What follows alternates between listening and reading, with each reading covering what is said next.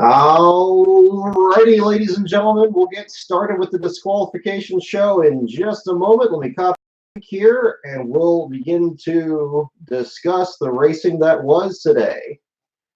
And some last car history is definitely in the making. As we now have that online. Hey, how's it going, Alexa? So, we'll wait for a few more people to come in here, and we're going to talk about the race just wrapped up in Pocono today. Today on the disqualification show. Unofficially, Chase Elliott with his first last place finish in his 134th series start. His first last place finish across any of NASCAR's top three series. And we're going to find out in just a little bit here to see if that's going to officially be in the record books. But as of right now, and that incident that occurred there early on in the midway through the race there, looks like that's going to be the situation looking ahead. Yeah, Denny Hamlin's looking locked in, though. He's very much in, if he could go back to winning at Pocono again like he used to just about a decade ago, that's definitely a good sign going forward. And we'll talk about that and everything else here in the meantime. They look like Eric Jones. One thing I have to really say, Eric Jones is very dangerous if he is having a late race restart and restarting in second. We saw him actually outduel Hamlin along with Keselowski there at Indianapolis just last year, and they had a heck of a battle out there. So I imagine we get up to Indianapolis in a couple of weeks. If they have a similar setup there for Pocono, it should be one to watch in that race. But we'll see what happens on that end. But but let's go right into it here. Let me get the results pulled up.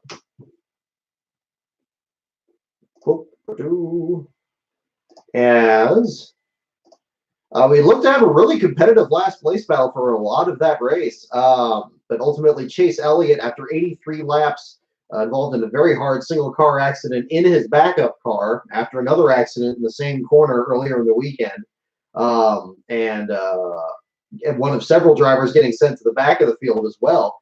That's one thing that's kind of added a bit of complexity to the last place battles lately. You start to see the exchanges for position actually happening before the race even starts. And ultimately, looked like it was going to be Austin Terrio for the Rick Ware team, was originally qualified last. Then Ross Chastain took over the last spot at the grid when they were reorganizing the field there. Both he and the Premium Motorsports teammate Ross Chastain were among the 9 cars that were sent to the back of the field. And from there, you had several good battles there actually at the back of the field. With I'm still tracking down everything from the reports we had earlier in the race. Let me just dig that up here. Let's see. It very nearly was going to be a story about Brad Keselowski once again. I mean, this has been the trend here. The last few of these, we've been talking about Brad Keselowski coming very close to scoring his first last place finish, which is even more significant since at least among active drivers, or at least active full-time drivers, he has the longest streak of any driver without a single last place finish. And we've seen this so many times. We saw this at Daytona, where he was in position there and then completed a couple laps with a completely destroyed car, which I didn't think you could do anymore, but apparently you could.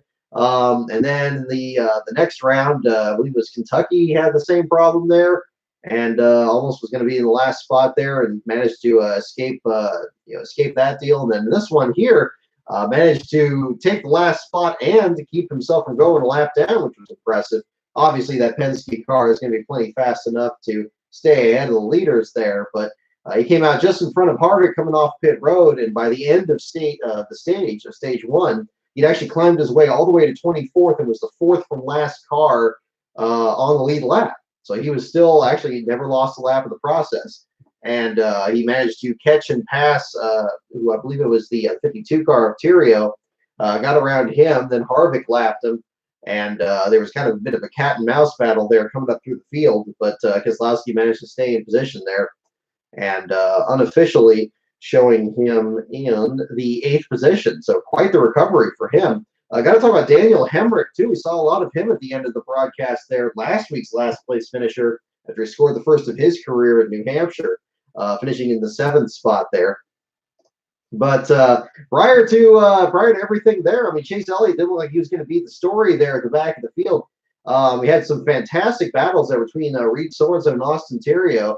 Both of them seemed to have very evenly matched cars, and then the other 2 cars in front of them, I believe both Quinn Houff and the number 51 of BJ McLeod, they were all in the same lap, all of them about 3 laps down in the middle stages of the race. And it looked like they were going to actually be exchanging positions there for the rest of the race. If it came down to the end, I think that would have been really interesting. But, of course, the chaos being what it was up front and so many people running over each other and making those crazy moves, I guess it was only a matter of time until somebody hit the wall. Although the circumstances with Chase Elliott's were a bit unexpected, as Jeff Burton can certainly attest to from his position on the booth there. Let's see. But Keselowski got back up there. He was, let's see, he got around the number 52 of Theriault by lap 15. Theriault was in the high lane in the corners, and they pulled down to the inside to let a lot of faster traffic go by. Matt Tifft ended up being a factor in there. He had, whether it was a scheduled or an unscheduled stop, I'm unclear, but he certainly had an unscheduled stop the second time in where he had a speeding penalty, had to do a pass-through. Ultimately fell multiple laps down. He ended up getting back into position again after both the Rick Ware cars, or 2 of the 3 Rick Ware cars, both Josh Bilicki and Austin Theriault pitted. That put it back to Theriault. Theriault caught Sorensen, and this is about where you had the really good battle between the 27 and the 52. We'll go into that more in the article coming up later tonight. We only had, after 44 laps were in the race, we only had 14 Pocono races where the last place finisher completed more laps than that. Ultimately, we didn't break the record. The record was 142 laps, whereas Chase Elliott unofficially, after 83 laps, your last place finisher today. Sorensen was 3 laps down at the end of stage 2 and had a good run. Okay, this was actually the battle where he had with Theriault. That was on the restart from stage 2. And we had a good battle there. Let's take a look further back. Sorensen was 4 laps down by lap 69. And it was at that point then that you had Chase Elliott at the wall, and he went straight to the garage area, of course, under the damaged vehicle policy. If you get damage out on the track and you immediately go to the garage area, you are done. We saw the very same thing a number of times before. I always think of Joey Logano back at Watkins Glen last year. Watkins Glen, our upcoming race next week. But Chase Elliott's car immediately unavailable on race view. He was 26th spot after just losing a lap or so. He was officially the last place finisher, taking it from Sorensen, and remained in that spot for the rest of the race. Interesting statistic is brought up there in the on Twitter there. His father, Bill Elliott, actually finished last in just his 2nd career start, which was at Atlanta. His debut was at Rockingham, and then a few races later made his 2nd start at Atlanta. Had a mechanical issue on the number 9 car back then. So Chase Elliott, again, another difference between the sport's most popular driver for a number of years and what NASCAR is positioning as the most popular driver now. Very different time period in terms of how long it took them to finish last, and that'll be definitely another thing we talk about there. Car number 9, we haven't seen finish last in quite a while. Obviously, it's been in and out of the sport a number of these years, but 2015 at Fontana with Sam Hornish Jr., the most recent example of that. So let's take a look there. How many father-son duos both have at least one Cup Series last place finish after today? That's a good question. I remember that reminds me of another statistic that I believe it was NASCAR Man that helped me. If the person's in the chat here that pulled up the stat, feel free to bring it up. I know somebody did, where there was a situation where you had Joe Nemechek and John Hunter Nemechek in consecutive spots at the bottom of the field. And when was the last time that happened in NASCAR's Top 3 series? It was Kyle Petty and Richard Petty at a race at Darlington back in the late 80s was an example of that. But certainly there have been other drivers. I mean, Bobby Allison and Davey Allison had last place finishes in their careers. They didn't finish in consecutive positions, at least as far as I know.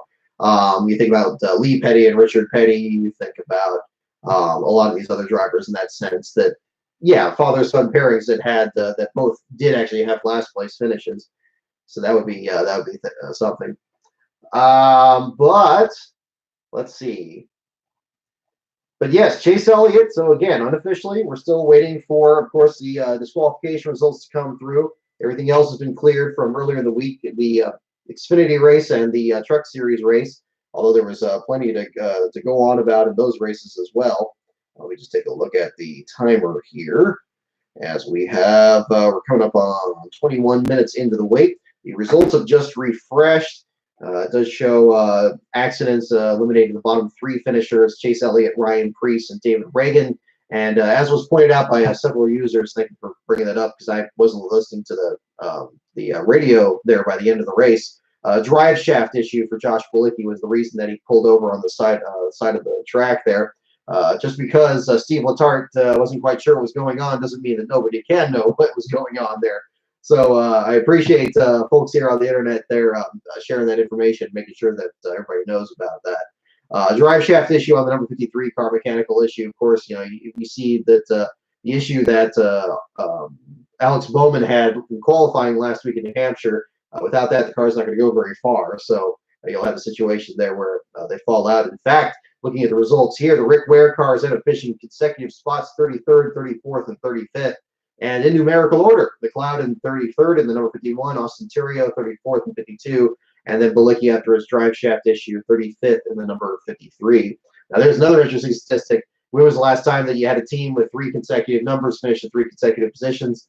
That's well outside my department. I could not tell you, but I would think that would be pretty rare. Of course, at the top of the field here, too, you had three Gibbs cars, but not sequential numbers there between Hamlin, Jones, and Truex being in the top three. So a bit of interesting stuff there. Reed Sorensen, it was good to see the Lehigh Valley Phantoms hockey team sponsoring a team again. We saw this last year with Timmy Hill at Motorsports Management, Motorsports Business Management, when they ran the number 66. They actually made a diecast to that car not long afterwards. It makes me wonder if they're going to do a similar promotion with Reed Sorensen, because I don't think they ever make premium motorsports diecast. Although now with Justin Haley's victory at Daytona in the number 77 car, even though Spire is technically a different organization, maybe that'll put an end to that streak there in the meantime.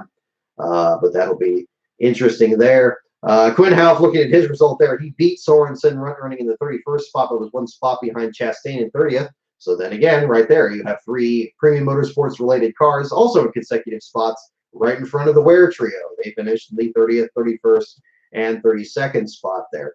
So, yeah, I mean, really interesting situation. First time last place finishers are always an interesting deal here. We almost had the same thing in the Truck Series with Stuart Friesen, although that was the second of his career, first of this season. But that'll be interesting to talk about. The number 9 car. I was kind of surprised that I'd forgotten almost about Hornish running the number 9 car in 2015. I was almost thinking that it was going to be back to the Bill Elliott days the last time the number finished last, but of course that was not the case.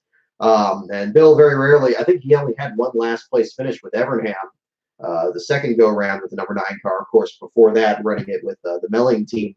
I'm just looking at it here. Yes, Bill Elliott, March of 2003 at Texas. That was the 7th last place finish of his career. He ran into the number 9 car there. And prior to that, he had 3 last place finishes under the Melling banner. Well, at least I believe it would be by 1980. In 1976, it was still his team. I'm trying to remember when the Melling branding came on board there, because he still ran a Mercury in 1980. But he did finish last in the 1980 Coca-Cola 600, 1981 at the Spring Talladega race, and 1986 at the Spring Martinsville race. Those were Bill Elliott's last place finishes with the 9 car prior to joining Ray Evernham's team. And then the number 9 with Melling, but without Bill Elliott, also finished last with Phil Parsons at the Fall North Wilkesboro race in 1994. I believe that was the one where Jeff Bodine lapped the field last time that's happened. So that had some added significance there. And then Lake Speed at the Spring 1996 race. So that should be the Spam Mobile that year. Incidental story, I just set off my smoke detector cooking some Spam the other day. I'd forgotten about you don't want to hit a hot thing of Spam grease with water right after you cooked it, because it's just going to fill the house with smoke. So had to stand by the alarm there and keep deactivating that in the meantime. But there's your Spam advertisement for today. Still tasted pretty good though, although I burnt the spatula in the process. That's a whole other story. We'll go into that. That's a great clean paint scheme. I know that of course Chase is of course going to run a lot of throwbacks to his father's career, as he understandably should or would. He's going to run, I believe, the '82 Thunderbird this year at Darlington, the kind of dark blue scheme. Another kind of one that doesn't get talked about a whole lot. And he had the Casey Elliott scheme last year. Yeah, running the spam car, that'd be kind of neat. That would be an interesting throwback if we're just using the number itself. Of course, there's even other ones that are even crazier than that. I always go back to Jerry Nadeau's car with Cartoon Network Wacky Racing, the Dexter's Lab scheme. That was always a nice one to see. So, yeah, no, oh goodness, the broadcast call and seeing comments about that too. Yeah, I was, I like the broadcast. I like this whole radio format thing. I mean, because it reminds me so much of like the old ESPN broadcasts. It's especially useful at the road courses because then you can actually have people stage down the track and they catch things when they happen. And there was a lot of that. I mean, Junior kind of downplayed like his role in all of it, but I thought he did a solid job with that and was actually catching things that were happening. I think that's the important thing is that these days, I mean, I'm sure the broadcasters they have screens like this just set up all in front of them. And they're just looking at the screens. They're not looking at the track. They're not catching things when they're happening or looking at when something's about to happen. And then, they get completely caught off guard when something does. Junior seemed like he was catching a couple of accidents there at the end there, at least when they were coming together. So that was interesting to hear. And hopefully that means that they're going to use that format some more. Of course, they're going to use it in Watkins Glen, but it sounds like that's not going to be the norm. Of course, they're going to do that. Do the regular booth review there for future races. But yeah, I mean, the Rick Allen thing. I was watching the clip there again. I mean, maybe he just kind of tripped over his words there, and he was trying to say that it was going to be Jones trying to get his first win of the season, and he just kind of abandoned that halfway through and was calling Denny Hamlin home. Although the straightaway at Pocono is so long and the finish line is so far down, I think you have enough time to do 2 full-on calls of anything down the stretch. But I don't know. It's hard to say. But yeah, definitely going to be interested in writing a Chase Elliott piece here. We'd seen Chase Elliott very nearly finish last, actually in person at Sears Point earlier this year when J.G. Yaley had fallen out, the Rick Ware car. Elliott had fallen out just moments later, quite surprisingly, seeing him fall out with, I believe, an oil pressure issue and then push the number 9 car back. Again, it was interesting to me, just again, the difference between the big teams and the small teams. I always, you never hope that any certain team is going to be, falling out at the back of the field. But if we're looking for a last place story and trying to get that story when you're at the track, it's very hard when it's a driver that's running for one of these big teams. Because like when it was Yaley, there was him and there was like another crew member on a computer trying to diagnose the issue on the car. And I was able to just walk right up to Yaley in the garage area and, do an interview with him. And he was really cool to talk with me on that, even though he was really exhausted. Chase Elliott tried to do the same thing. Of course, there's other media members there, too, doing the same things. It's Chase Elliott. It's one of the big names. You got other people there. And then the team's really protective of the car because they don't want you taking any pictures of the brakes or the setup because they have some amazing setup that still blew up. So, really, what are you really covering up at that point? But then they get really defensive. It's like, oh no, you can't be here. You got to back up. You got to back up here. It's like, okay, but it's but that's the thing. That's the difference. That's one of the many differences between the big teams and the small teams, and what you hear from one to the other. But again, it's although the last place beat is kind of a framework to really talk about the small teams and the drivers and teams that don't get talked about that much. Occasionally you do get races like this where you have a big team like Chase Elliott fall out, and that becomes a story. Can't play favorites. If it falls out, if it's a Chase Elliott article, it's going to be a Chase Elliott article. And I think that should be interesting. It seemed like that was getting some good traffic there about it being his first last place finish. And, staying on top of that with the streaks and everything, I had to double check that in the roster. I noticed, of course, we saw Daniel Suarez's streak just ended a couple weeks ago back at Daytona. And I mentioned earlier about Keselowski's streak nearly ending, and now Chase Elliott's streak ending. It's very similar to the streak about 2014, 2015. We saw drivers like Casey Kane and Clint Boyer get their first last place finishes. That definitely adds a layer of intrigue to everything being what it is. Yeah, I mean, we're gonna have to recalculate pretty soon what the rest of the top 5 are. I believe William Byron is still up there. He hasn't finished last yet, and other guys. Byron had a great run too. He and Kyle Larson made their way up there at the top 5 at the end.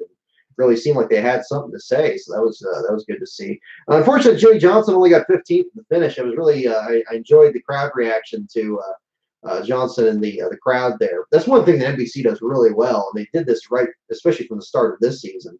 Is really pipe in the crowd noise. What they need to do though is they need to turn their music down, because every time they do these segments, they're talking to a driver, they're doing one of these things. The music's like way up here, and the voice is only like here. So it's like notch that down a little bit. Maybe we can actually hear what the guy's saying. They'll get there in time, but I mean it's all a process. But as long as they're working on it, that's fine by me. Let's see. Clint Boyer, his gamble on fresh tires only brought him to 11th finish, but it did get him ahead of Joey Logano and Ryan Newman, and Jimmy Johnson. So perhaps that helps in the end there. We'll see what the points look like once this is all finalized. Bubba Wallace was in the top 20 there for a while. He ends up slipping back to the 22nd spot. Michael McDowell, Ricky Stenhouse Jr., they were among the drivers that were taking fuel right before the end there. Right before the last stage, Stenhouse ends up getting collected in the accident with McDowell on the back straightaway there, and had a heck of a mess back there. So unfortunately, that negated a bit of that, and that's about the long and short of it there at the Cup Series deal here. Yeah, it's interesting. I mean, yeah, they could do. Yeah, if they did the radio broadcast more often, I mean, I'd be all for it. I mean, certainly, I think that's again closer to what classic ESPN and kind of the approach that they had to that. I'm seeing the comment here, Andrew. Yeah, Bubba Wallace and Danny Suarez had a discussion after the race on pit road. Okay, I cut away from that. I basically once they went to the first commercial break after the finish, I started the clock there and went here, but I'll have to look that up. Maybe we'll play that up here on the big screen here in a little bit. Let's see. But Denny Hamlin, again, unofficially in victory lane, but given the 9 drivers that failed technical inspection there this morning and the 3 other drivers that were sent to the back for other pre-race issues with backup cars and changed engines, and then on top of that, another 2 drivers, namely Sorensen and Chastain, voluntarily going to the back of the field. You pretty much had more than half the field, well, okay, not more than half the field, but like 14 drivers, 13 drivers. I guess the 27 went back on the, well, no, 15. Yeah. Math is not my strong suit, you can tell. 11 different drivers, 12 different drivers fall into the rear of the field. I am so tired right now. But we're going to get through it. Between 9 and 12 drivers fall into the rear of the field for various issues and having various different runs. But Chase Elliott in one of those backup cars, ultimately your last place finisher. So we'll talk about the Xfinity race. And as you can see, we have the trivia car back here again from last week's New Hampshire show that was really popular. We're going to jump into that in a little bit. But we'll cover the other action here from the other races, and we'll go into that. I do have another trivia device that I'm going to hang on to for the other location. So I'm going to keep this one at this location. And I got another one when we do the shows in the dark gray room, and we'll do some more trivia here during the show. So if you're here for that, definitely stay tuned. We're going to jump into that in a little bit here as we continue to wait out the results here. But let's see. Let me talk about this here. Looking at the Xfinity results, let's go back to there. We're counting down, again, the last few weeks here before we do our next coverage. I'll just mention again here for those of you who are new to it, we're going to be doing our next coverage at Mo Sport at the end of August, and then we're going to carry that into Darlington for the 70th Southern 500 at Darlington. We still haven't heard back on credentials yet. It's going to be pretty close to the date by the time we hear back one way or the other, but we're looking to make that work however we can.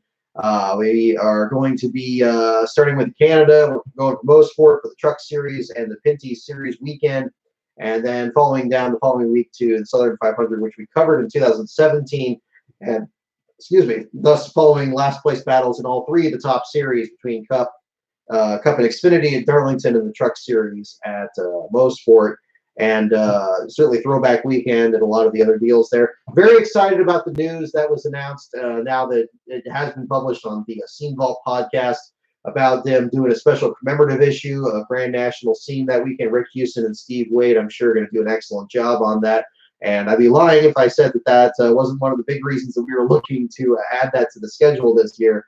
It just sounds like that's going to be a confluence of a lot of big things there. And I don't have anything set up with the book or anything like that yet with J.D. McDuffie book, although it is the 70th Southern 500. That hasn't escaped my gaze there. If there is something that we can do with that, we'll certainly do it. But one way or the other, for those of you who are attending the race, I am going to have some copies with me. So if you still haven't picked up a copy or anything like that, we can work that out. And I got some other ideas, some throwback ideas of my own that we're going to formally announce in the next upcoming weeks. And on top of that, to wrap this little ad segment up here, we're still accepting names for the magnet that's going to go on the back of our rental car as we drive from Bowmanville, Ontario, down to Darlington, South Carolina. If you join the lastcar.info Patreon for as little as $1, you sign up at patreon.com/lastcaronbrock. Check out the details in there. We got some great tier gifts and everything like that. But if you join for as little as $1, if you just want the access to the bonus content, we'll put your name on the magnet. You'll also be entered into a drawing to win that magnet after we come back from the trip. We're just trying some fundraising ideas here to cover some more races. And if it turns out popular, we're going to do it for some more races coming up. So we'll get into that. So moving on to the Xfinity race, let's talk about J.J. Yaley back into the Xfinity Series for RSS Racing. Situation brought about in part by Jeff Green being back out of the series as he's now recovering from his surgery that he had a few weeks ago after his last start of the season in Kentucky.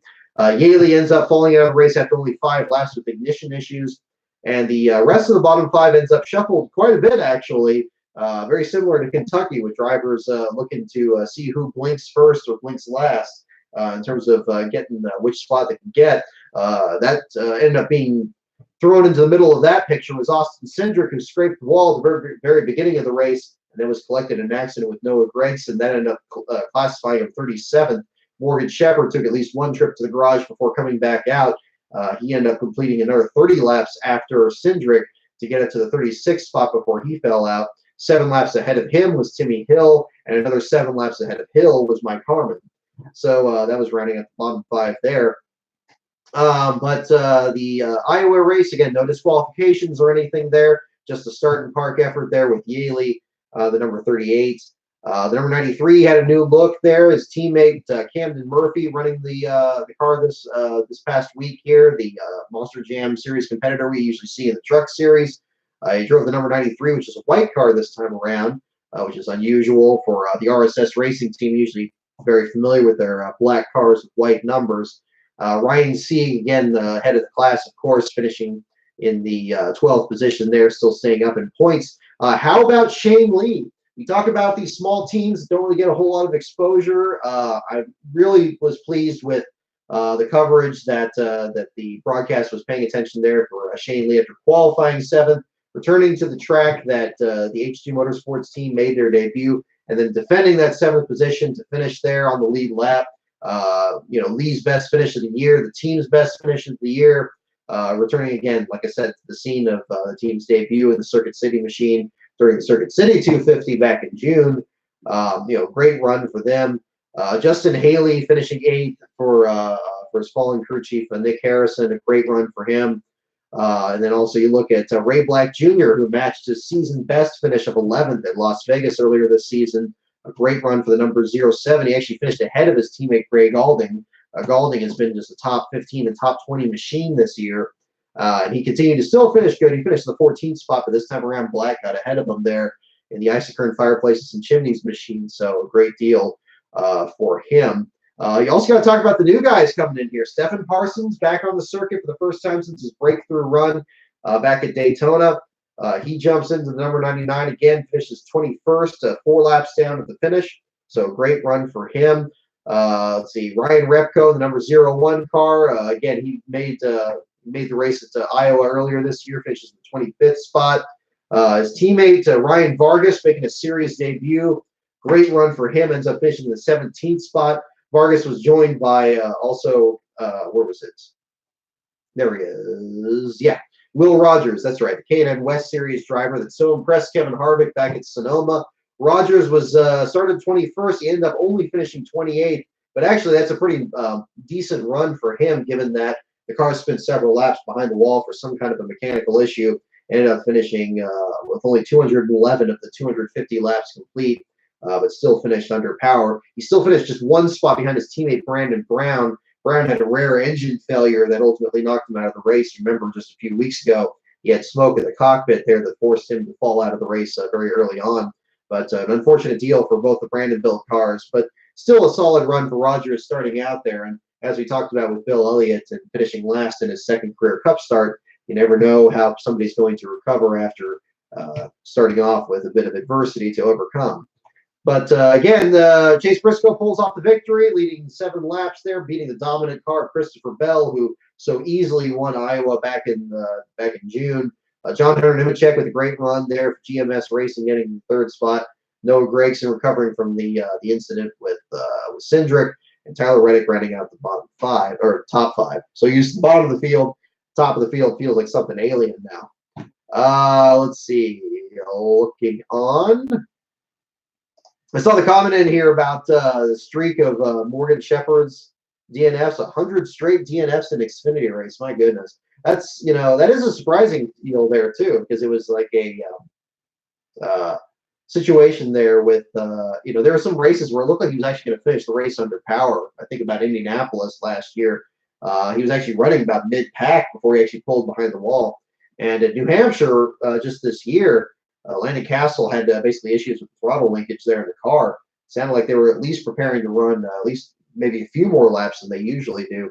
But as we see with these underfunded teams, and now with the field unnecessarily cut from 40 cars even further back to 38, it seems to be specifically targeting both Shepard and as well as Mike Harmon among the owner drivers. Although Harmon's team has really been improving the last few years.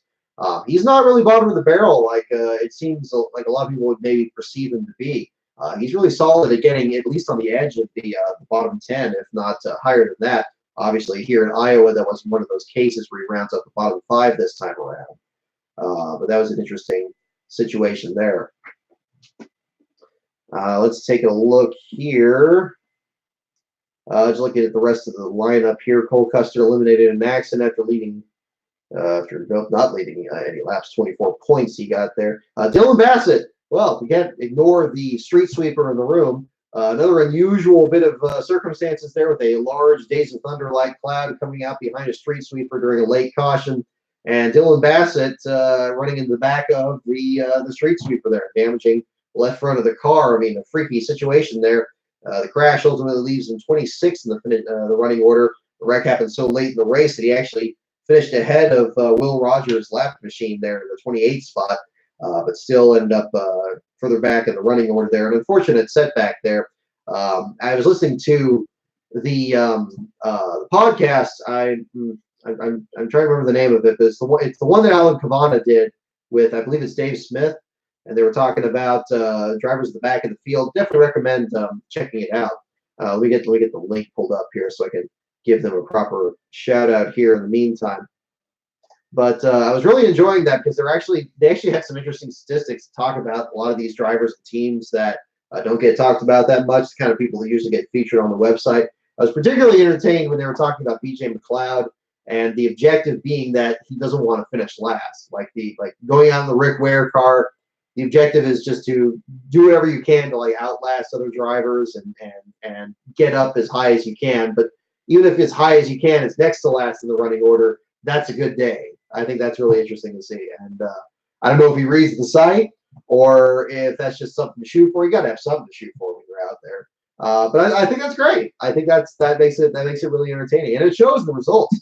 McLeod actually has very few DNFs, and I believe only 2 or 3 last place finishes. Very few, in spite of the bit of controversy that was unnecessarily thrown at both himself and Cody Ware back at Daytona when they had that teammate accident coming down pit road. Turns out it was a lot of the other big teams that were throwing him a loop there, and they ended up just kind of caught up with the consequence of that. It's interesting to see how consistent he actually is. But yeah, I really enjoyed that. That podcast. I was listening to that on the way to work last night. Oh, I'm just seeing the clip here of Bubba Wallace and Daniel Suarez here on pit road. It's like things were getting a little bit interesting. We get that here in the meantime. I'll still look for the podcast here, but I'll at least get the visual. Can I get that pulled up on the screen here? Let's try that. Whoop. There we go. And let's pull that up on the big one. There we go. Oh, wait. Can we get the sound? Where's the sound? There we go. Hi, Mike.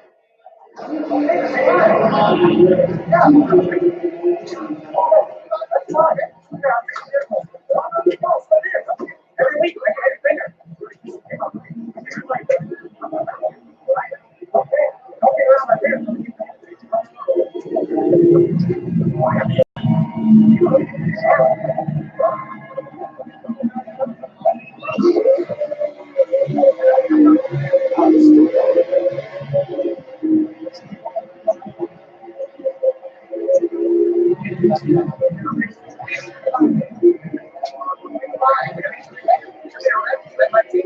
it's on loop.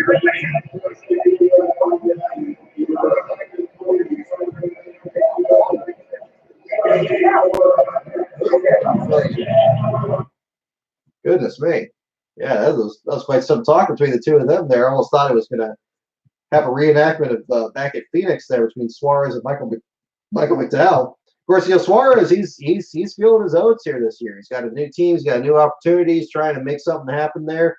Pocono's a track that I'm sure he was really amped up to have a good run at because he had that great run last year when he was on pole and finished second to Kyle. Race didn't quite go the way that he wanted to, but really interested to see if he can actually break through. I mean, he's got his first last place finish, and now he can work his way towards his first win there in the meantime. Oh yeah, Josh, this is a feature from last week's show here. This Ricky Rudd car is actually a trivia machine here.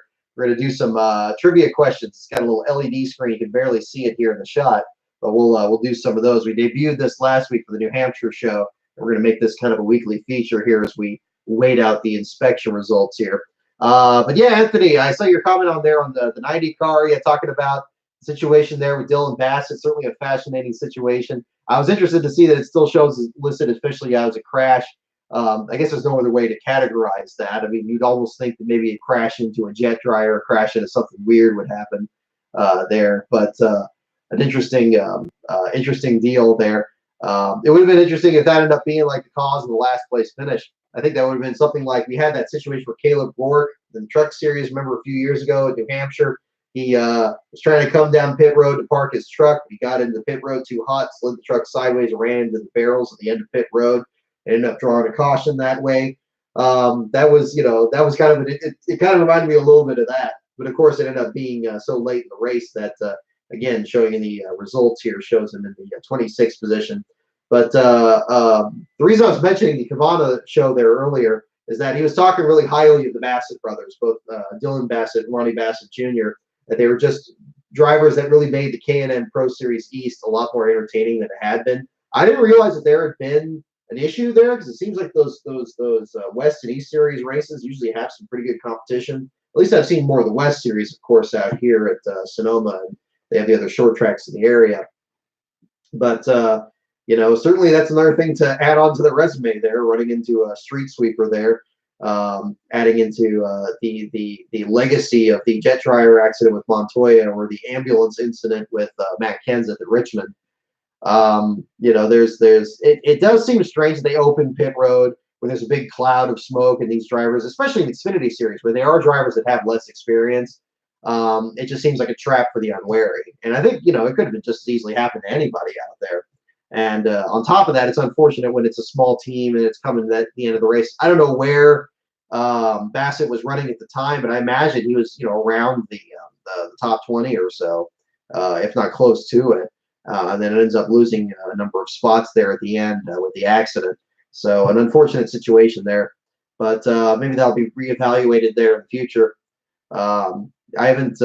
I'm trying to see if there's any pictures of the street sweeper after the accident and how much damage was incurred to that. Probably didn't do any damage to the street sweeper at all. It's like when you have a situation like that. Let's see here.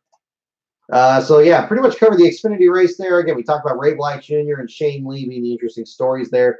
again, of course, on top of Justin Haley. You have to talk about the tribute to Nick Harrison again during the start of the Pocono race today on lap 11. Everybody raising a toast to Nick there. That was really well done. Great job by NBC capturing the reaction in the crowd there too. I think that's one of those things that certain networks could probably, just have easily forgotten to show or not showed as well as they could have. I thought they did a pretty good job with that. In spite of the racing being as exciting as it was at the beginning of the race, they probably they took some commitment to that, and I definitely appreciate that. I drink more from my BK Racing flask. Let me go. We'll go back to the Truck Series race now. And how about Ross the Boss? Once again, Ross Chastain cruising to victory, leading 54 of 60 laps and not getting disqualified. That truck was legit. So Chastain, again, having an absolute statement year between his Xfinity Series deals and the part-time thing with the colleague team. And then even the solid runs with JD Motorsports before he declared for Truck Series points. And now in the Truck Series itself, racking up these wins and smashing watermelons and bringing out the watermelon beach ball. I mean, that was awesome. I mean, he's really developed like a brand for himself, an identity for himself. And just a really nice guy. I mean, it was cool talking to him in Sonoma. And even with him, I can definitely understand what it's like to operate with little sleep, and he didn't show it. He was extremely awake and excited and ready to tackle what was a very difficult race at Sonoma with the heat and everything, and no experience running laps out there, but didn't let that stop him. Who did let something stop him at Pocono was Stuart Friesen there at the Truck Series race. A very surprising turn of events there in the very first corner. Friesen qualified third, continuing a great season where he'd never finished outside the top 20, where he'd been right behind Grant Enfinger in the overall point standings, although further down in the playoff standings because he hadn't won yet. Still all those second place finishes, trying to break through, coming up on Eldora where he should have won it last year or the year before, right in that neck of the woods. And then what happens? He spins out on the inside. He gets collected by Anthony Alfredo, moving to his outside there, damages both trucks. Alfredo is briefly last because he was running behind Friesen at the time of the accident or on the previous lap before the accident. Alfredo started 14th, Friesen started third. However, Alfredo came back out to run a couple more laps before he was parked by the damaged vehicle policy. I believe he did maintain minimum speed.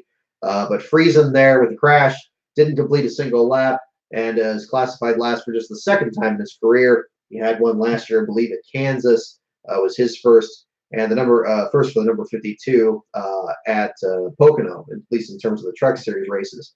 And the streak of every last place finisher at Pocono for the Truck Series, only completing the first 3 laps, continues for a 10th straight race, including a number of drivers who didn't even complete the first one in Friesen, of course, being the latest of those. Austin Hill having a frustrating series of mechanical issues. The Shigeaki Hattori machine there having a burned clutch after winning the pole, pulling right to the garage area.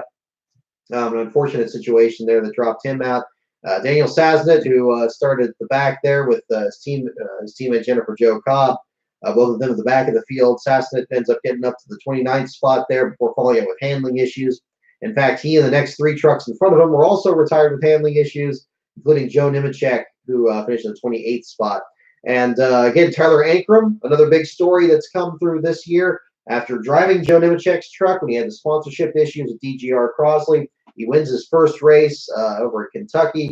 He hops back in the truck here again, starts 9th, finishes 2nd to Chastain. Another great run for him. Christian Eckes there in the top 5. I know it's Kyle Busch Motorsports truck, but still, I mean, great runs for him on top of his run in the ARCA series. Looking further back, the big underdog story that I made a point of mentioning in the article there was Tony Mrakovich.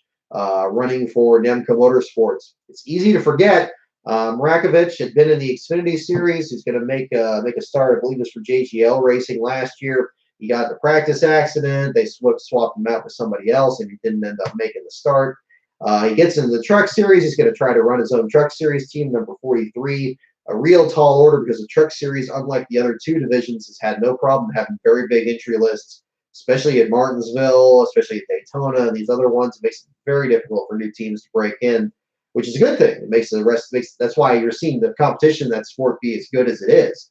That competition has really, I think, improved the quality of the operations for all the guys that run in there. But he tried to run the 43 there a couple times. I believe it was Martinsville and then at Dover. They withdrew the truck at Dover. He gets over to Nemco's truck, drives number 8. The Nemco team, of course, has been struggling with sponsorship this year. Really looking to find somebody to, as Joe Nemechek said last fall at Phoenix, to make a star, to get the best run that they can. Unfortunately, things just haven't been coming together. So more often than not, we've seen the 8 and the 87 in the bottom 5 or the bottom 10 at the very most. But this time around, the Street Stores Hardware Company that sponsored Brakovich, as well as his 43 truck team before, comes on board. That's apparently the missing piece because right then they jump up to a 12th place finish. So a fantastic run from Brakovich. And really a good feather in the cap there for Nemco Motorsports. You really just hope that things can turn around for that team. They have the experience. They have, even all the way through just last year with John Hunter getting very close to championship 4 there. Unfortunately, had some issues there at Phoenix there down the stretch that ended up costing them. But, they still have what it takes to stay right up there. And you look at some of the other trucks that they beat that are, highly qualified entries. Obviously, Natalie Decker having issues this year and finishing in the 16th spot there. Be a solid run given the frustrations that she's had this year. But finishing ahead of her, finishing ahead of some of the Randy Young trucks there with Spencer Boyd, and then, of course, other entries further down from there.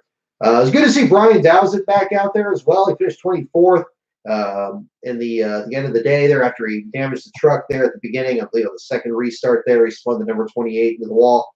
And that's going to be, the latest episode there for that team. Jim Rosenbloom has a long history there, fielding entries for Pocono, obviously with Giacomo at the Cup Series and other entries of that kind, back when you had more of a separate Northern Tour there in NASCAR. It'll be also interesting to see which of these teams show up at Eldora. That's going to be the big story coming up this week, of course. We got Eldora coming up on Thursday. Going to be a really interesting race to see. Certainly an interesting entry list deal to cover there. To talk about which teams going to be appearing there and all that. I know Jordan Anderson has a dirt track ringer in his truck this week, and it'll be interesting to see who else does that there. And Norm Benning certainly has this one circled on his calendar, given his long history of actually being competitive in there. That's going to be between 2 work shifts for me. I got a night shift before and a night shift after that there, so I'm not sure if we're going to do a disqualification show after that race. Could be something that just kind of comes up organically, like we had back at the All-Star race there, where we didn't have one planned under similar circumstances. Maybe we'll do one there, at least for a brief moment there, to kind of talk about it, get some reactions and thoughts about it, and we'll see what happens on that end. And in the meantime, we'll do the full wrap-up for Watkins Glen, again, back at the next location, which will be back with both the Xfinity Series and the Cup Series. We're not going to be doing that one in this person, although we did have a fantastic time covering it last year. It turned out to be a big part of our book tour, again, for the J.D. McDuffie book there, and we had a good run out there, including the first rain race there for the Xfinity Series at Watkins Glen, which it's unfortunate I didn't really have any media access there that weekend, because that was really interesting to see. We had a lot of the small teams that ended up just sitting on pit road, not running rain tires, and just waiting for the rain to let up and then go back out there and then end up finishing the race multiple laps down. I mean, obviously, with these small teams, I mean, they're not going to be competing for the win as much as these others, but a road course there is kind of an X factor a little bit. You want to have a good run as best you can.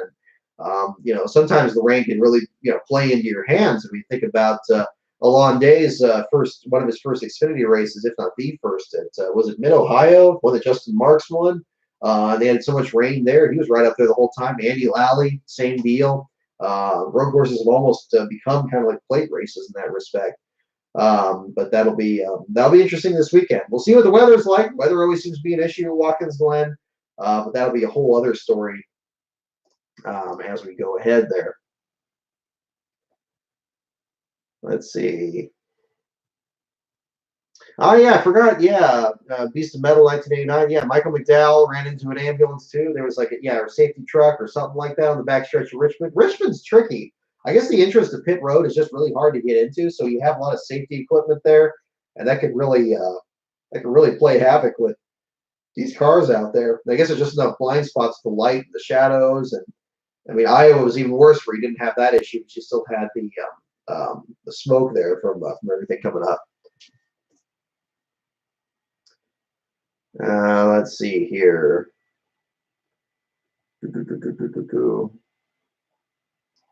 So, where are we now?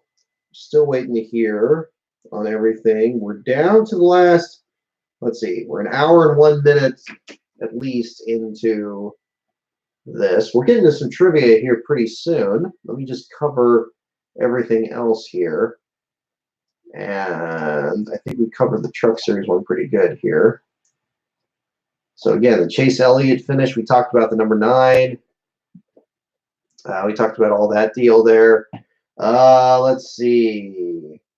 Okay, no, that's a different one. Let's close that out. We'll leave that open for now. We'll get those articles finished tonight. We got the Truck Series article, the Xfinity article pretty much done already. I was working on those during my lunch breaks this weekend. Got those just about done. I got some pictures there. I know there was a reader that provided me some pictures of the bottom 5 there, except for Friesen. Unfortunately, couldn't catch Friesen there in the shot, but the rest of the bottom 5 there in that one looked really interesting there. And so we'll use some of that there in the article. Let's see. Where was that? I think I had that over here. Let me make sure I attribute that as well. I still want to find that clip for the that podcast as well. Yes, Anthony LeCurry. So big thanks to Anthony LeCurry there. Twitter handle premium5562. Love the Premium Motorsports throwback there. Yeah, we got some great pictures there of some of the bottom 4 of the 5 drivers there. I'll share the link here so you can take a look at that, and we'll post some of those pictures there in the article as well. Where is it? I thought I retweeted Kavana's podcast. It's pretty sure that I had. Where is it? Not here. Not there.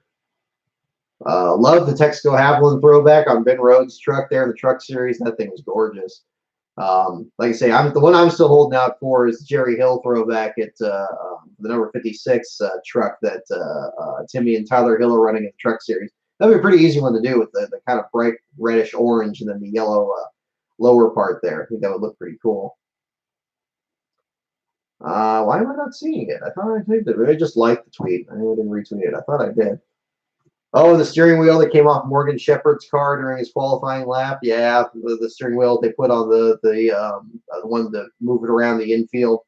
So that was a whole different situation there. Let's try this. Let's try it this way. Not there. Not there. Let's go. No, not there. That's number 16 to the garage. That's number 68. Yeah, the unfortunate situation for Brian Dowsett. I want to respond to this tweet here. John Douglas provided back on the 27th there. Talking about why the Chrysler LeBaron was allowed to race in ARCA competition, but NASCAR didn't. That would be an interesting story. Myself and Emp Lemon were getting linked in about that there. I don't know the full story on that, but it was an interesting looking car. Couldn't help but notice there's a number 93 in this shot, which reminds me immediately of Maurice Randall, who ran a lot of Mopar cars in the mid 1980s. Perhaps that relationship continued into ARCA after that. I don't want to do that. I just want to copy the tweet. Is that still there? There we go. So you can kind of see the thread there. Hopefully that shows up here in the week as well. Oop, you can see those pictures there. Really get a kick out of that. Let's see here. Okay, I'm just going to type in Kavana's Twitter and just look it up that way.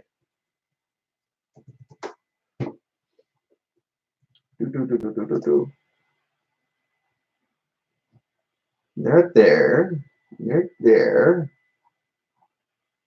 Positive regression. That's the one. There we go. The positive regression podcast with Alan Cabana there and David Smith. Really enjoyed episode 27. That was the one that talks about the teams there. I'll post the link for that as well. This is gonna be link heavy tonight, but that's okay. I'm sure they won't mind either. We'll say, get a look at that. Back podcast. Yeah, it was. It's just a brief one there. I just listened to the portion there about the other teams at the back of the field. There, they had an interesting way to analyze. I mean, there's a lot of. I don't really. I look at finishes and like I just try to think of other moments that I remember from races, and that's kind of my frame of reference.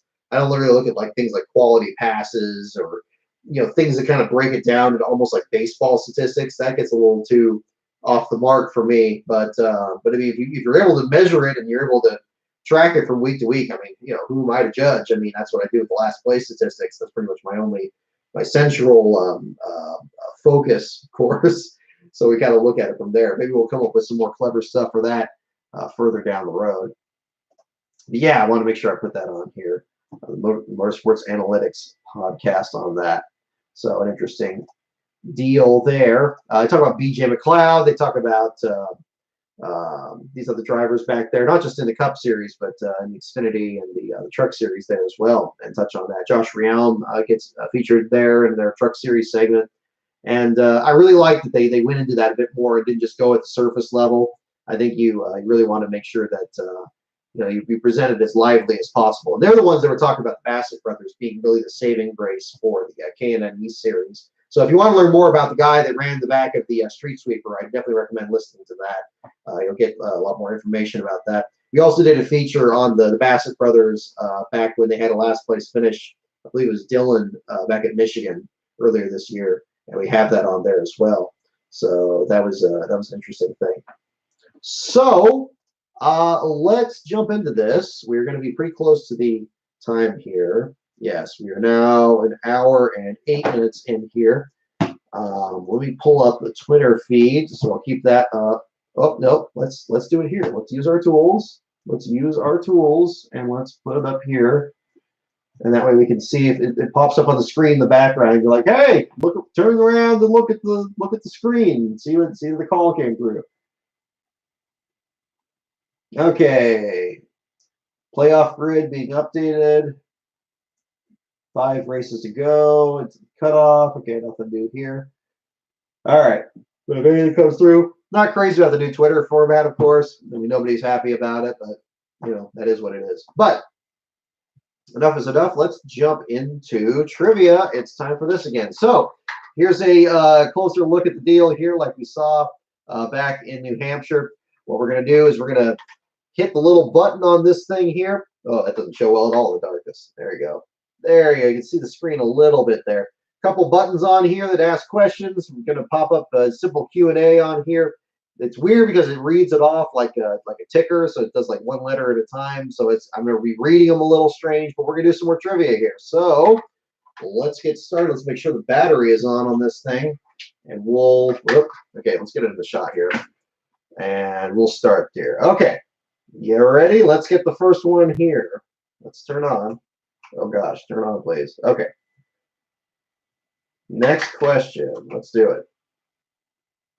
What track did Dave Marcus win his first super speedway race at first? At first? Okay, now that clause scares me a little bit. What track did Dave Marcus win his first super speedway race at first? Okay, well, I mean, I guess it would either have to be Talladega or Daytona. I'm seeing comments for Talladega already. The at first thing makes me wonder if maybe he was in contention to win one at Daytona, and then it got taken away from him, and then nobody talks about it because it happened years ago.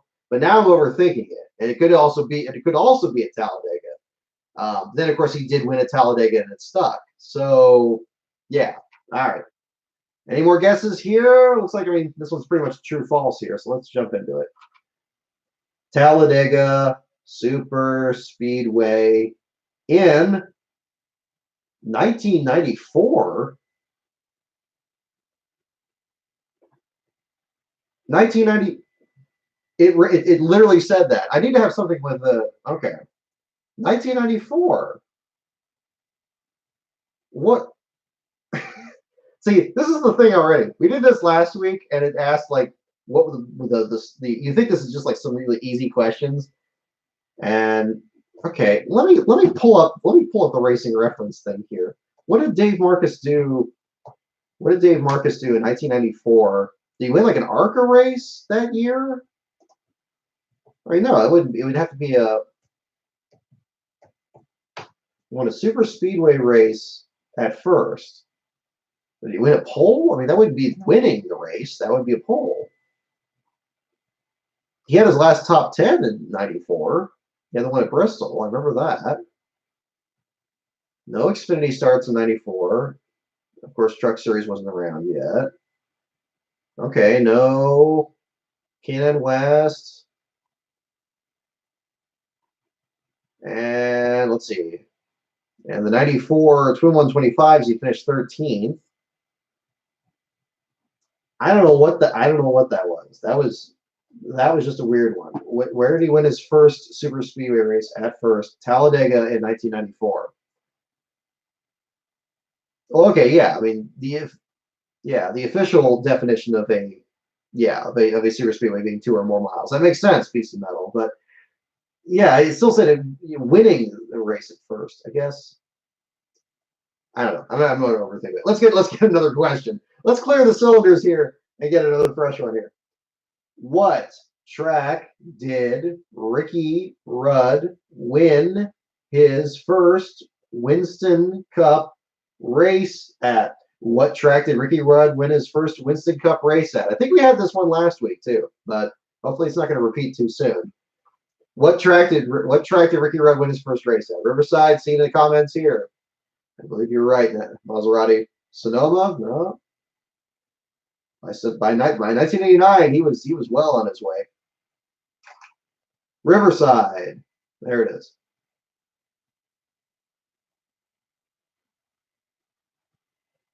Yeah, you'd think Sonoma. Sonoma's a good guess because, of course, he was fantastic at the road courses. But yeah, by 1989, he'd won with other teams before he even went to number 2016 with Kenny Bernstein. What is the mandatory color of all the drive shafts? I think we had this last week too. Okay, I hope there's not only like 6 questions on here. That would be bad. We'll use a backup one if we have to. What color do all the drive shafts have to be on the cars? I think we did have this one last week. I guess this is more of a review. What does the second button do? Hopefully the second button gives you new questions. White. We learned that last week. Yep, exactly. Yeah, white. Okay, hopefully this next question. If this next question isn't a new one, I might pop the batteries out and put them back in or something and try to get this to work. Who went by the nickname Captain America and had his car painted in the comic book characters' colors? Okay, here we go. Here we go. All right, so which driver was nicknamed Captain America and had his car painted in Captain America's colors? So yeah, this is a good one. Okay, I don't know. I almost went. Well, I'll see if we can get some questions here. We'll wait to get some answers here. Put in your questions. So which driver was nicknamed Captain America and had his car painted in the colors? I assume these are still NASCAR questions.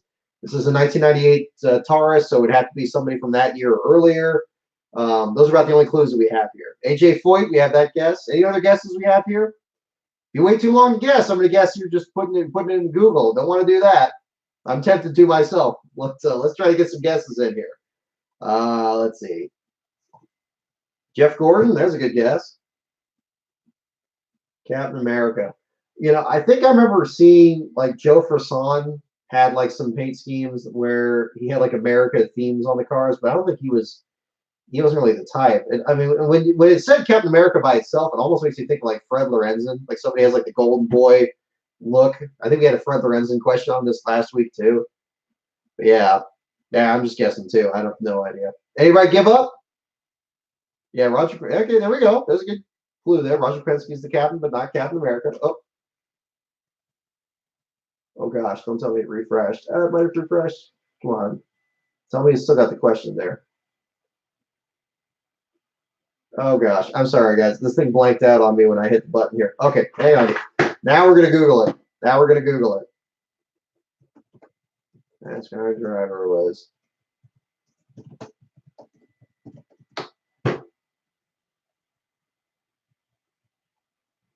Oh gosh. When I put it in Google, it guesses Tony Stewart, but that can't be right because he wasn't even a Cup rookie in 1989. Why did it wipe the question? It really did. It just blanked out, and I hit the button again. It's like, hey, you want to start over? Like, no. You'll cycle back around again. Okay, we got to find out that one. Okay, see, Ryan Hunter Rays, this is Captain America. No, that's not the right answer. Oh, come on. Come on. If anybody else finds out what it is, too, let's see. And had his car painted the same colors. Maybe by typing this in, let's see. No. 10 things you didn't know about Dale Sr. This is worthless. Goodness me. NASCAR's Captain America. How about that? And see, now I'm going to get like.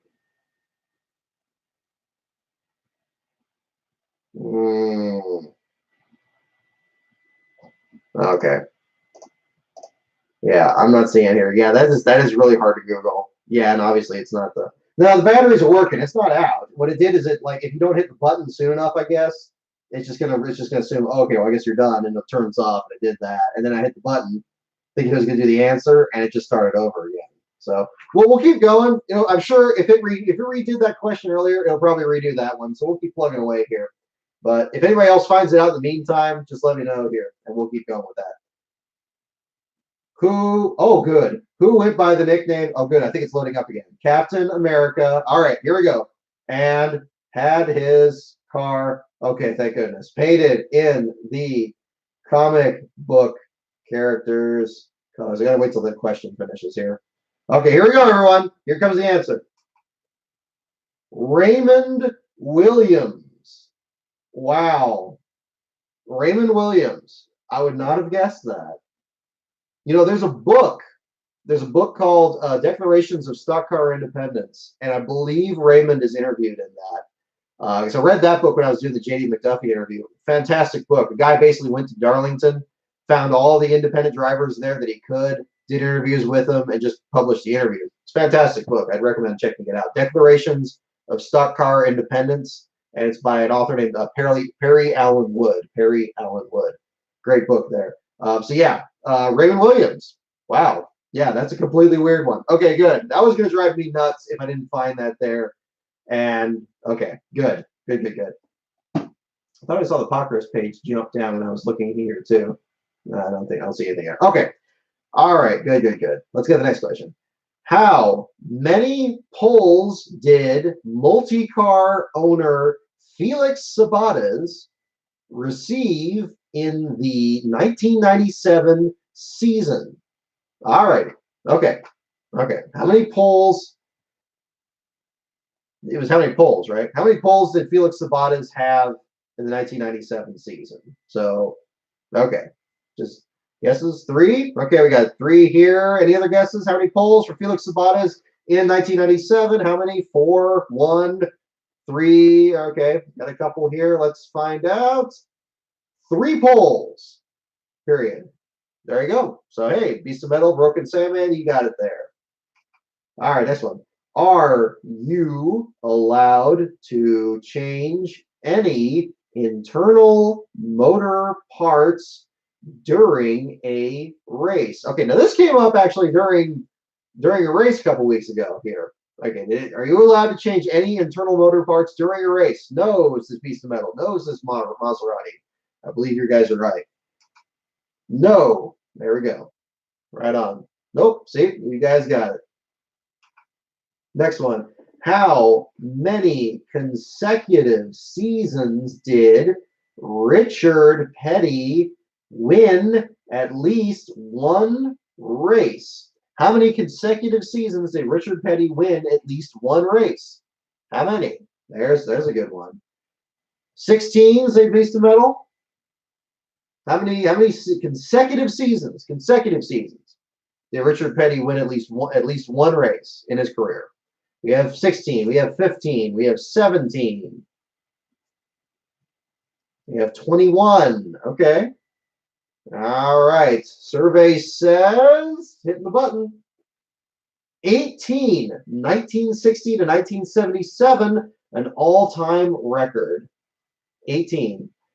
There you go. 1960 to 1977.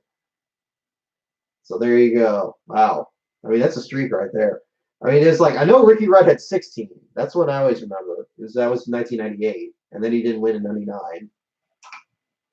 Kyle Busch is getting close to that too, isn't it?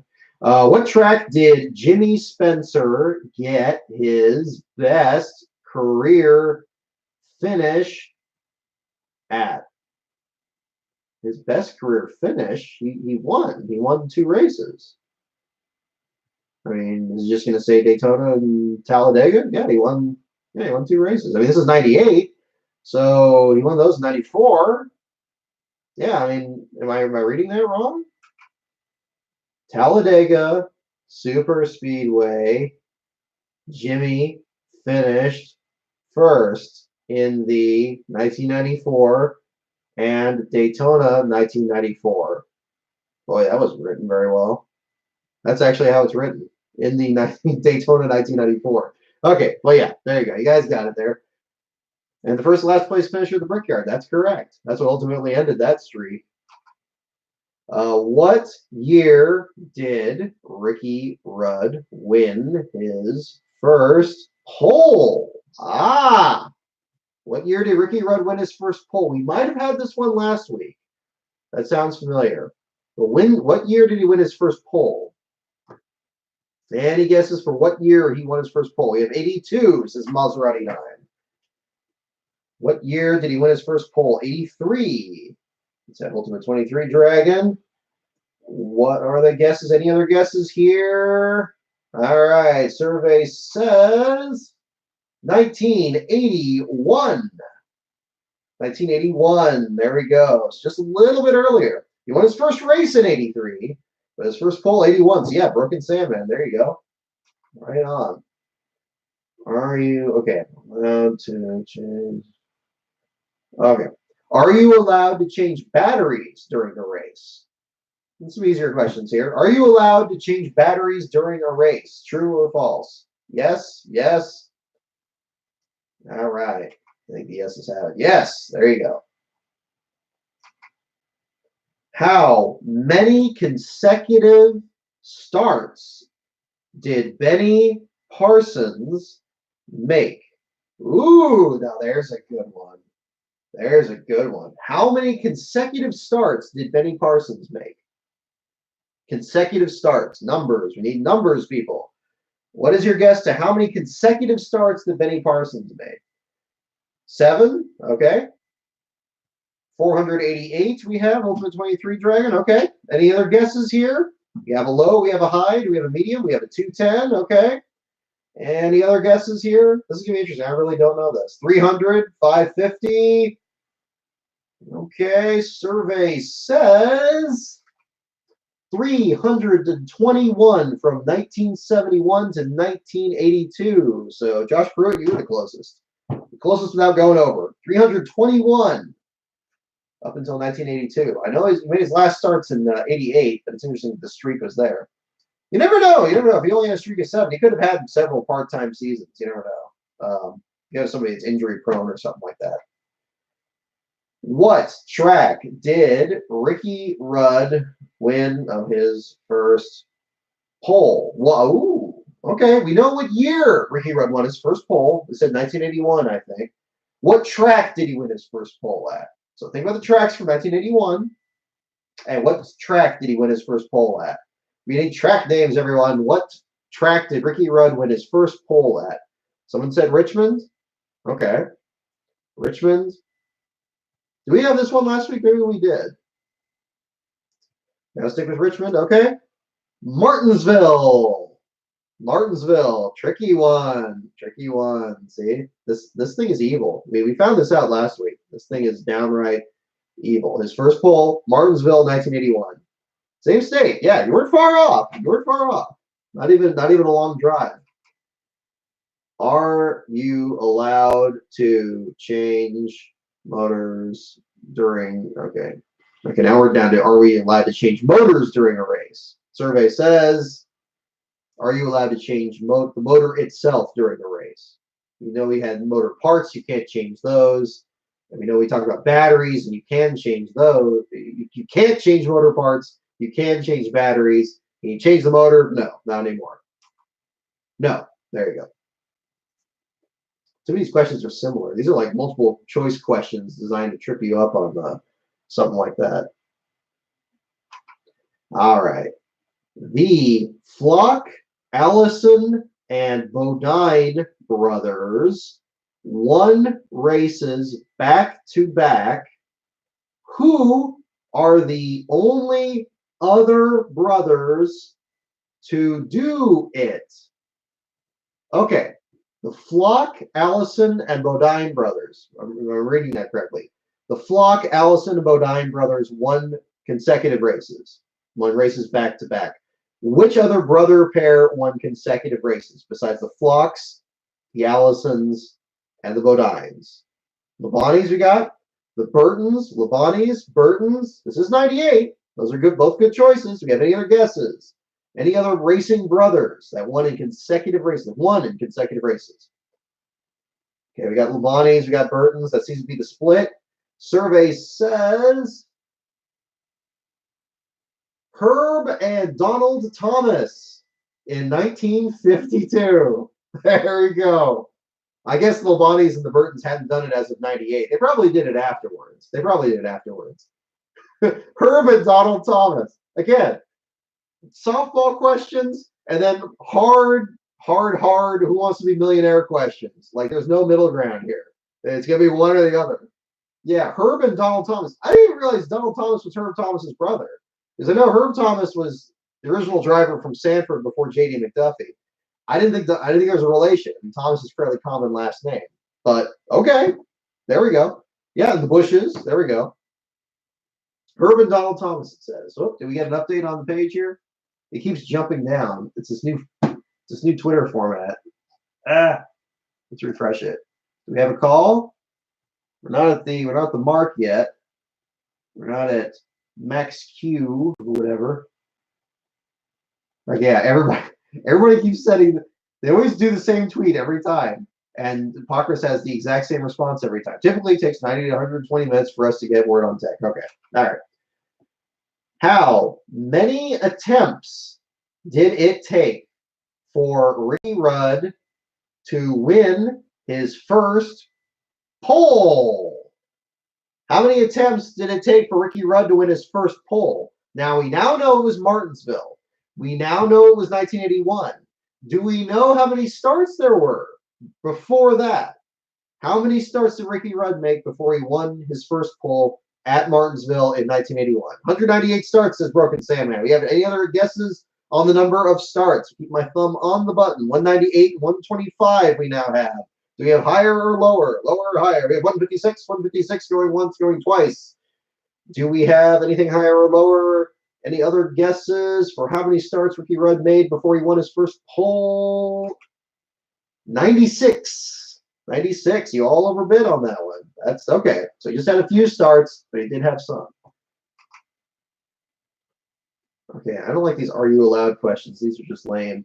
Are you allowed? Oh, okay. No. Here we go. Are you allowed to change trailing arms during a race? There we go. Now, this is at a time where suspension wasn't what it was. I mean, these cars, very different from, what we have today. Are you allowed to change trailing arms during a race? We have a no. We have a yes. Original guess would have been 56. Okay, you were close a little bit, Dragon. So, okay, you would have been under. But okay. So, suspension parts. So, we're talking trailing arms specifically. Not just all the suspension, but trailing arms. In 98? Yeah, okay. Let's see. Yes. Yes. As of 98, you could change trailing arms during a race. So, hey, there's your track fact for today.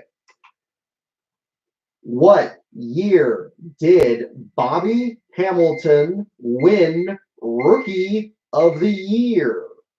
What year did Bobby, we are at the 1.5 hour mark. What year did Bobby Hamilton win Rookie of the Year? 1991, says Nick Sant. 1991, says Josh Pruitt. We're going with 91. We're going with 91. Looks like we are going with 91. The answer is 91 when he beats Ted Musgrave. Next question. How many seasons did Ricky Rudd race for Rick Hendrick?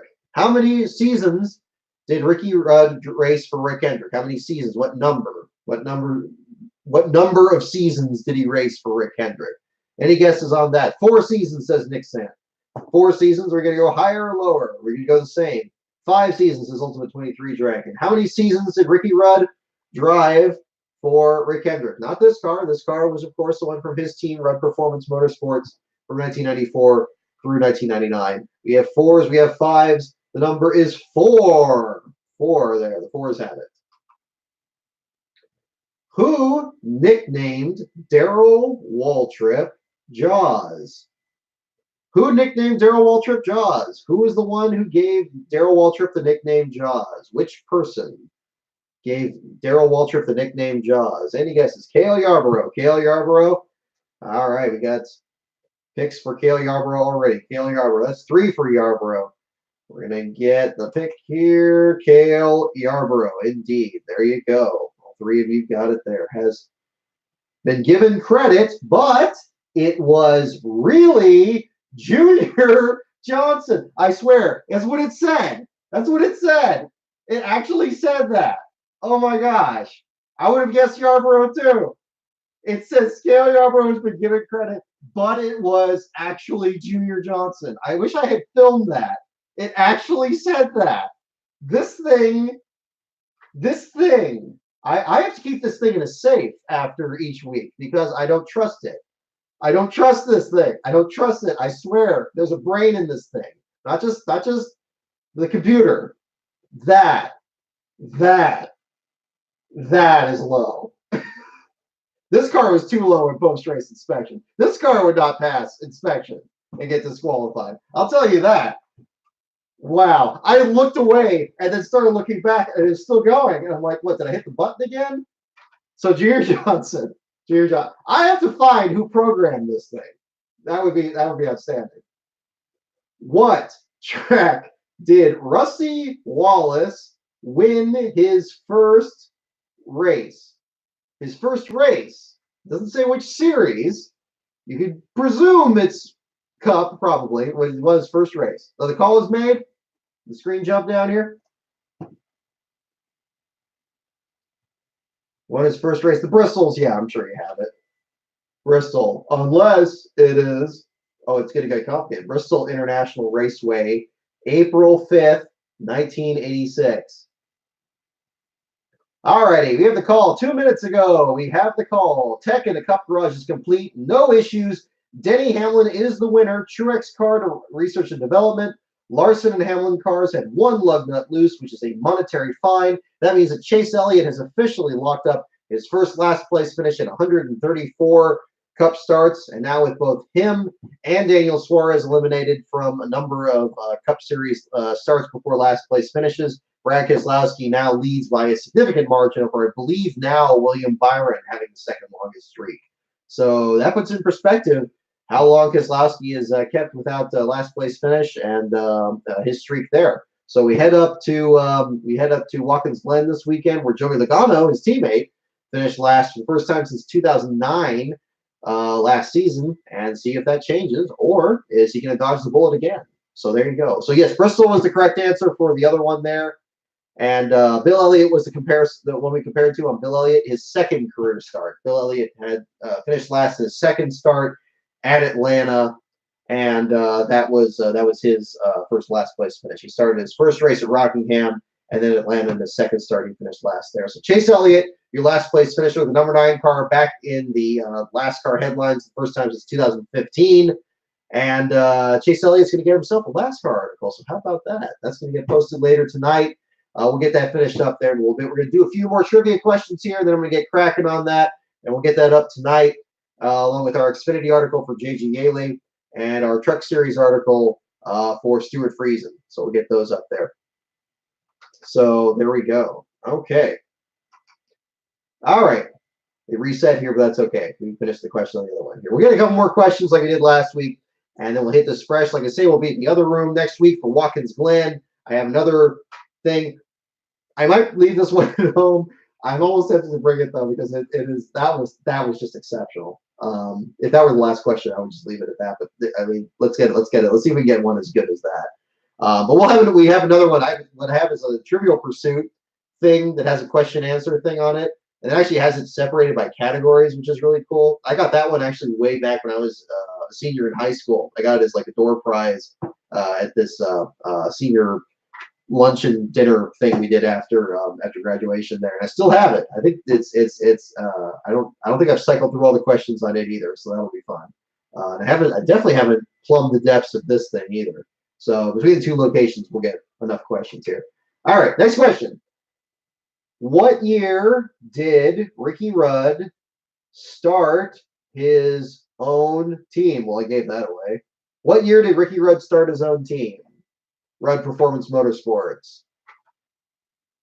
1994 says Andrew Hayes. 1995 says Maserati 9. 1994 says Nick Saint. All righty. And it's 1994. There we go. Let me get a good question. I want to get a good head scratcher question to wrap this up. Be careful what I wish for though. It's gonna be high stakes stuff here. We have 10 viewers in the chat room. Welcome aboard, everyone. Here we're gonna wrap up trivia here for this week's disqualification show with some good questions. Are you allowed to change springs and sway bars during a race? Okay, well, I'm not going to end on this one. Are you allowed to change springs and sway bars during a race? Okay, we talked about, what, trailing arms earlier? Okay, we have yes, we have no. Springs and sway bars. Are you allowed to change those during a race? In 1998, when the cars look like this. We have yeses, we have nos. We have a split in authority. Let's find out. The answer is yes. The answer is yes. How about that? So just like the other suspension parts, let's get a good one. Come on, you can do better than that. After hearing Neil Bonnet's record, who told him, "I won't pose as a driver if you don't pose as a singer"? Okay, now there's a tough one. Who said that? Who said after listening to Neil Bonnet's record? So I assume that's that record that every driver like did a song and like they just did it just for the heck of it. And I guess somebody took exception to it and says, if you don't pose as a singer, I won't. If you don't pose as a driver, I'll pose as a singer. Okay, who said that? Who criticized Neil Bonnet about his singing? Okay, Marty Robbins, Kyle Petty. Okay, Marty Robbins is a good guess. That's a good guess. If you don't pose as a driver, I will pose as a singer. It could be. It could be a tit for tat. It could be somebody that wasn't the driver, though. It could be somebody else. I wouldn't say there was a whole Neil Bonnet album, but I know that NASCAR Man did a video on this a while back, too, where there was an album where several drivers of, I believe, the early 80s. I don't want to lose the answer here. The early 80s did their questions here. Let's see here. Country Western artist Marty Robbins. There you go. The Martys have it. The Martys have it. There we go. Marty Robbins. Let me do another one here. What year were both qualifying races rained out for the Daytona 500? Don't look at Racing Reference. Do not look at Racing Reference. Just guess. What year were both qualifying races for the Daytona 500 rained out? 1987, 1963. Any other guesses on years? We have 87, we have 63. Do you want to go higher or lower? Both races, not just one of the duels, but both of them. Both of them in the same year. Qualifying races for the Daytona 500. 1961 we have. So you have 87, we have 63 or 61. Do we have any other guesses? Going once, going twice. 1968. 68. Only one time it's happened. Only one time it's happened. All right, let's say one more question. One more question, we'll wrap this one up. Unless it's a can you change things? Because those are Has Ricky Rudd ever won the IROC championship? Has Ricky Rudd ever won the IROC championship? Okay, that's too easy of a question. You can say yes. Now you also have to guess the year. If you say yes, you have to guess the year. We'll do that. Double stakes here. If you say yes, you have to also guess the year. Okay, Andrew, you say yes to 92. Nick Sant 16, you say 92. No for Broken Sandman. Okay. All right. We have no for DeMarcus Jackson. We have 1986 for Ultimate 23 Dragon. We have 92. Okay, the answer is yes. And I believe 92 is right because this time it didn't give me that. It didn't give me the year. I thought it was going to go more. It just said yes. Okay. I'm pretty sure the 92 people are right, but we'll pull it up here just for good measure. We'll go here. Ricky Rudd IROC Championship. And as we go to the Wikipedia page and look here, boom, there it is. 1992 IROC Championship. So all the 92 people you got to pick there. So, well, that was fun. Junior Johnson apparently gave Darrell Waltrip the nickname Jaws. I would have loved to have known that before Waltrip's last broadcast. The last broadcast, though. So that would have been something. That would have been something. Yeah. Wow. Okay. Interesting. Well, there you go. Well, okay. So, ladies and gentlemen, Chase Elliott, your last place finisher from today's Cup Series race at Pocono. We go to Watkins Glen next week. It should be pretty wild there at the road course. Thank you so much, everyone, for tuning in for the disqualification show.